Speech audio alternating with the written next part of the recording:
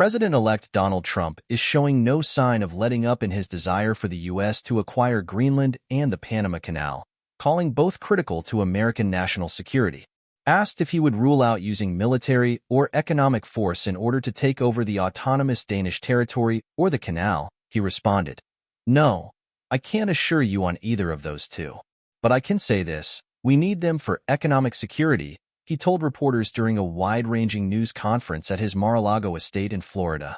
Both Denmark and Panama have rejected any suggestion that they would give up territory.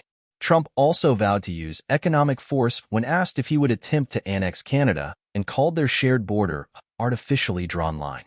The boundary is the world's longest between two countries, and it was established in treaties dating back to the founding of the U.S. in the late 1700s.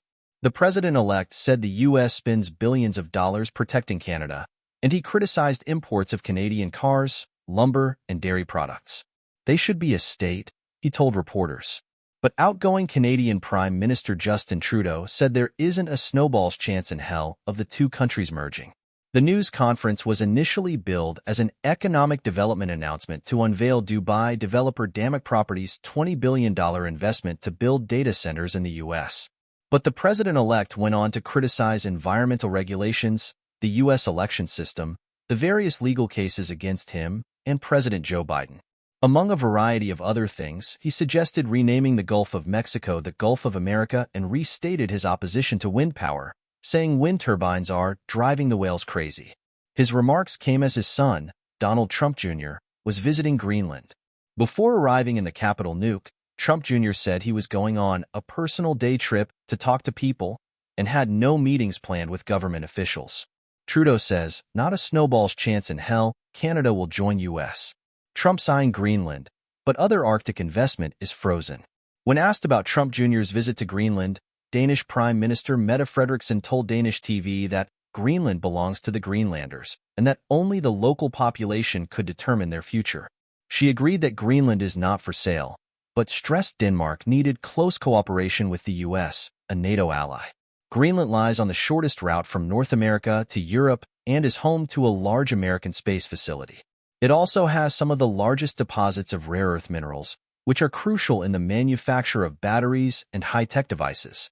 Trump suggested the island is crucial to military efforts to track Chinese and Russian ships, which he said are all over the place.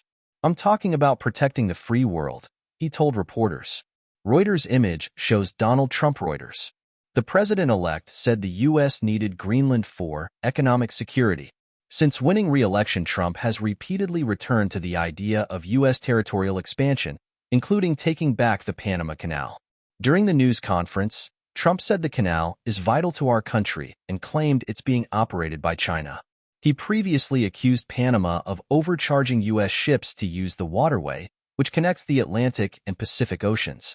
Panamanian President José Raúl Mulino has rejected Trump's claims and said there is absolutely no Chinese interference in the canal.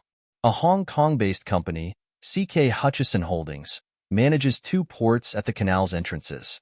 The canal was built in the early 1900s, and the U.S. maintained control over the canal zone until 1977, when treaties negotiated under President Jimmy Carter gradually ceded the land back to Panama. "Giving the Panama Canal to Panama was a very big mistake," Trump said.